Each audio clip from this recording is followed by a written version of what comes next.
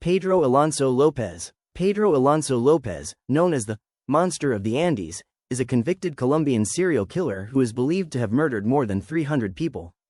Who is Pedro Alonso Lopez?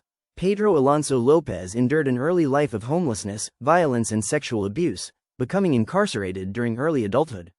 Upon his release, he eventually embarked on a killing spree where he targeted young girls from his home country, Peru and Ecuador. In 1980, he was apprehended in Ambato and ultimately charged with 110 murders, for which he pled guilty.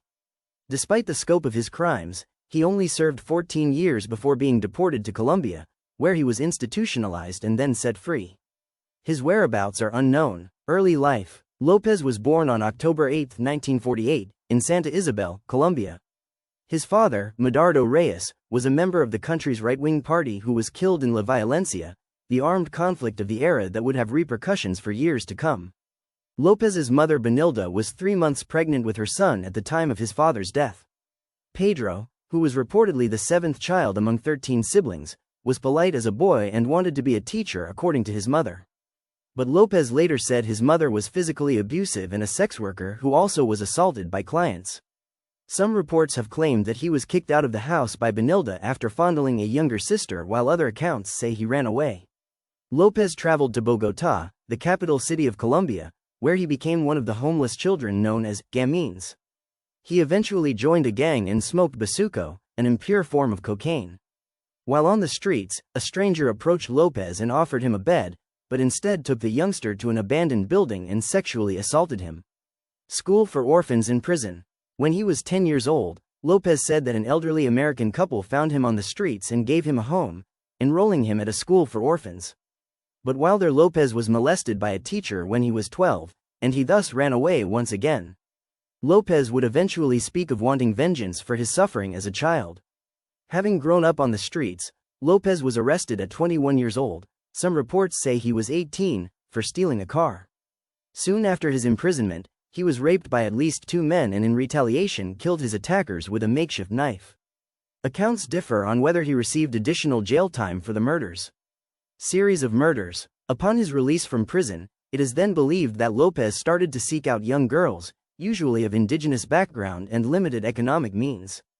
He made his way to Peru, where he would lure his victims to remote areas, committing rape and murder, later reporting that he murdered dozens during the mid to late 1970s.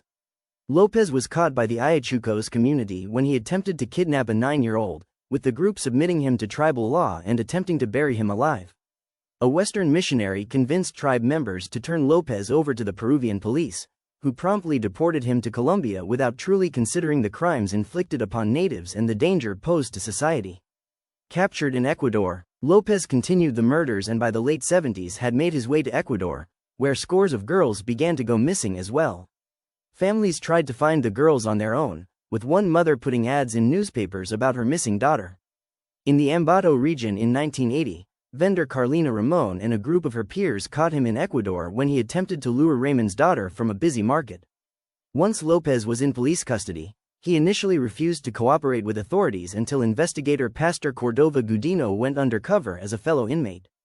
Gaining Lopez's trust, Gudino was able to get a confession from Lopez as well as details about sites where the victims were buried. Police ultimately unearthed 57 bodies, some reports give the number as 53. Coupled with his confessions, Lopez was charged with 110 murders.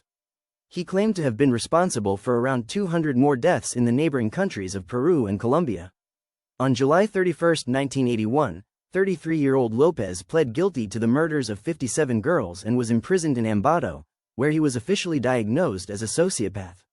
Because of Ecuador's laws, Lopez only received a maximum sentence of 16 years, much to the public's enormous outrage.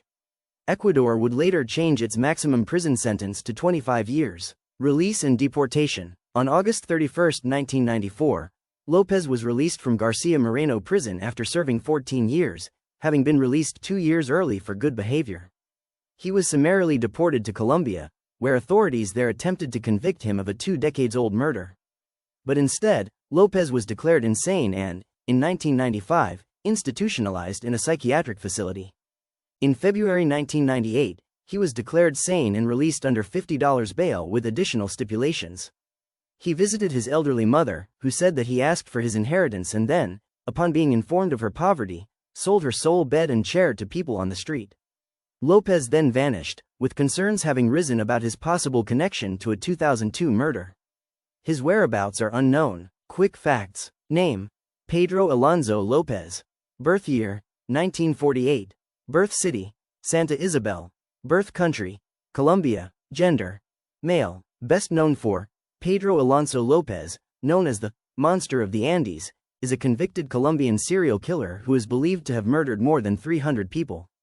Industries: crime and terrorism. Nationalities: Colombian. Like and subscribe for more.